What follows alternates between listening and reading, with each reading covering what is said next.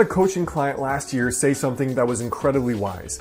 When he hired me, and in other words, I took him on as a coaching client, he said, "You know, Alex, the reason that I wanted to be your client is because I want to be where you are in a few years, and I know you did not get there by accident.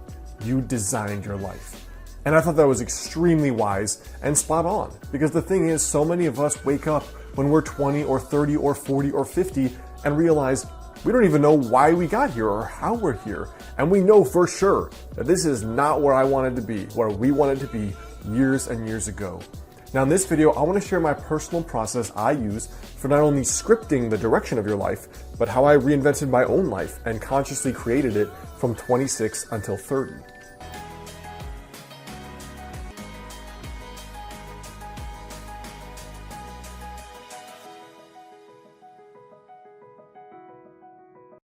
What's up guys, Alex Hine here, author of the book Master the Day. Now in my own life here, really I think that designing your life and making it go forward in the direction you want it to go forward has three parts. And the very first part is the design, the second part is the habits you use or you do on a daily basis, and the third is the follow through or the follow up. In other words, how do you actually stay on track when you get off track? Because half of the game of goal achievement is purely when you get punched in the face, what are you going to do differently to get back up and get back in the fight?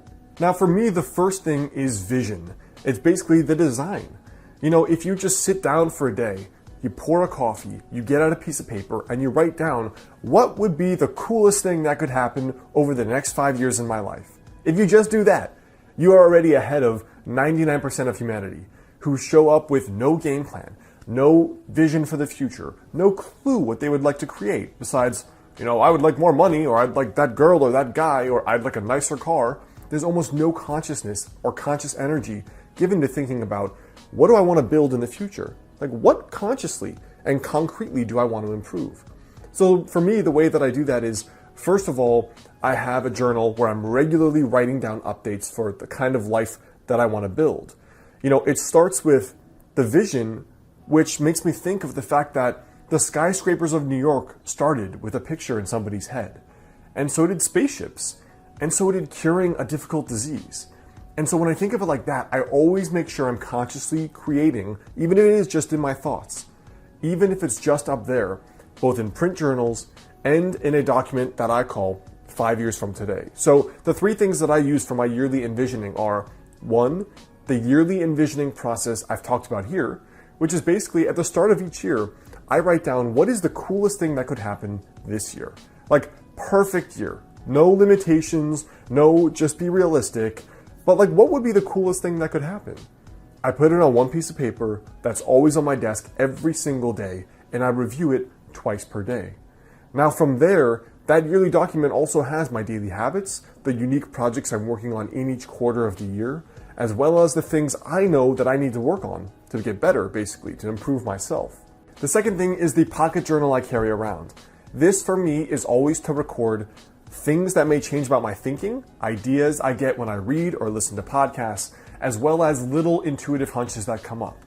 So if I'm talking to a friend or I'm reading a book and I'm like, wow, that would be an awesome idea. For example, that's where all my books came from.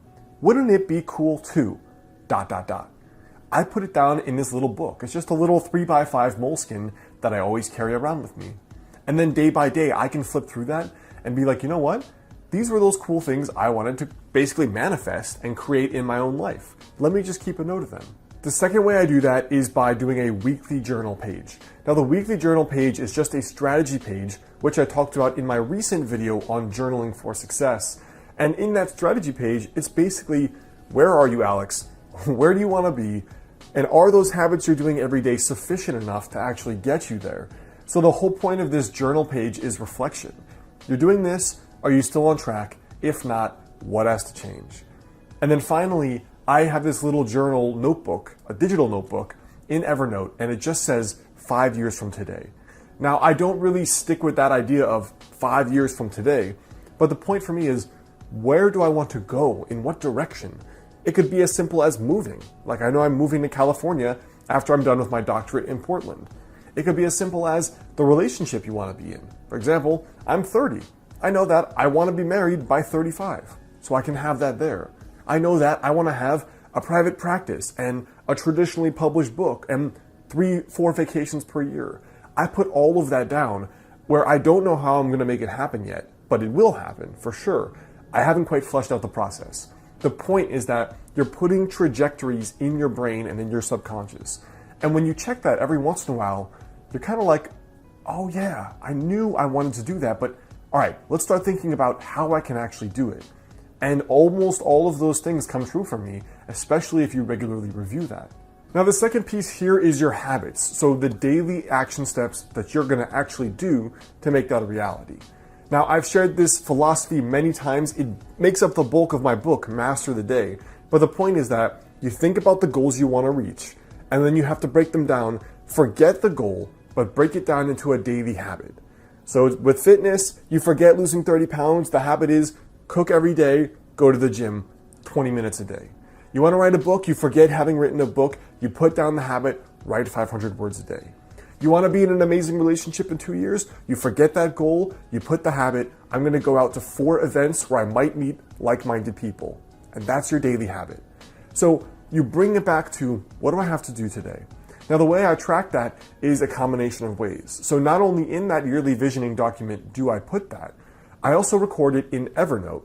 And the reason I do that is because every Thursday, I have a 30 to 45 minute mastermind call. Now, I've had a personal mastermind for over 4 years now, every single week. And it's basically started when I started my business because that was so difficult for me. But it progressed to, like, are you happy? Are you building the life you want? Is your ladder up against the right wall, as the saying goes? Because you might climb the ladder of success and realize you climbed the wrong ladder and you're not where you want to be. So it's also about conscious goal setting and being crystal clear on the path forward, making sure you're going down the right path you want to be down. So I actually have a maximum of 3 goals per year and then 3 habits per goal. For example, the goals are often much more complex than you think. Like, let's say you've only been sleeping 5 hours a night. Well, your daily ritual may have to be, I'm going to disconnect from the computer at 11, I'm not going to have coffee after 5, and I'm not going to stress myself out with homework or with work after a certain time. It may take a few habits. Just like doing well in school or high performing at your work may also be more than one habit. It may mean I'm going to study this study strategy every day and apply that. Or I'm going to do an extra 1 hour of work per day or self-study or something else. The way that I personally do it is just 3 habits per actual goal. And those I track in a weekly scorecard document, which is, these are the 3 things, did I do them Monday through Sunday? And then when I get to my Thursday night mastermind, we all get on the phone and I basically give a report. I did this 50% of the time, 90% of the time. This is what didn't work. This is what I have to improve. And then the third part for me about consciously designing your life and going forward is really just 2 things. It's the follow through to make sure you actually do these things. And then number 2, it's following little intuitions about when you have to pivot. So the way I keep the follow through going is every night I do a little Master the Day journal page. The journal's not out yet, but I still have a print kind of document that I use for tracking, did I do this? Where do I have to improve myself? The Thursday Mastermind, which is a 45-minute call, we use Uber Conference for free. You could do the exact same with a few of your friends or people online. My very first mastermind was totally online people I had met that were other internet entrepreneurs. Now from there, I have the Thursday Mastermind, I have the weekly strategy journal page, and I have my daily habit tracking. And besides those 3 things, all I do is carry around that little pocket moleskin journal I told you about, because then I feel like if something doesn't feel right at all, like you're off track, you don't like this job, you're dating someone and you realize something's not right, I write down the intuitions because I can't always consciously articulate the next move. Sometimes it's easy, I want to move to California. Other times it's not. Do I stay in this relationship? Is this business still what really excites me? Am I proud of all the work I've created? Those are things that may be better governed by your intuition and better understood. So I just keep a log of all the little intuitive impressions, and then I systematically explore them more, and then I take time to just go through them and see what's behind them and unpack them. So I hope that helps you guys. That's a little bit about my process for consciously scripting your life, which has been my whole shtick for a while. And that's really the thing that made the biggest difference for me going from 24 or 25 where I had done nothing impressive with my life, very average student, hadn't done much besides traveled, to now really contributing and producing a lot and having had a productive life the last 5 or so years. Now, before you go, I want you to leave a comment there below. Let me know for you, if you could consciously script your life, what would be the first thing you think is important? Hey guys, well, one of the things that goes along with being in sage mode, like I talk about here, is being calm and being sage. Now, the Biomat is a pad you can put on your bed or on the floor, which uses technology that was actually discovered by NASA to help you reduce stress and fatigue. Now, it produces negative ions, which are considered nature's energizer. And these negative ions you can find in abundance in places like forests and mountains, waterfalls, and oceans. Now, the Biomat in particular is comprised of 3 parts that helps you have that stress relief and that fatigue relief. Now, the Biomat can also help with pain relief and circulation. It is FDA cleared, and one of the cool things is that it profoundly affects both the nervous system while also promoting deep relaxation. So it kind of has this dual energizing and relaxing effect.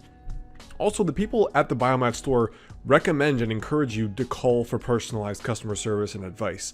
It's kind of unique among companies now that basically don't want to deal with you, so that is worth investigating as well. And like some customers have said, it's really restorative. So a direct quote from one person was that it's the world's greatest power nap. Check out the Biomat link here on the screen or in the description box there below if you'd like to find out more information on it.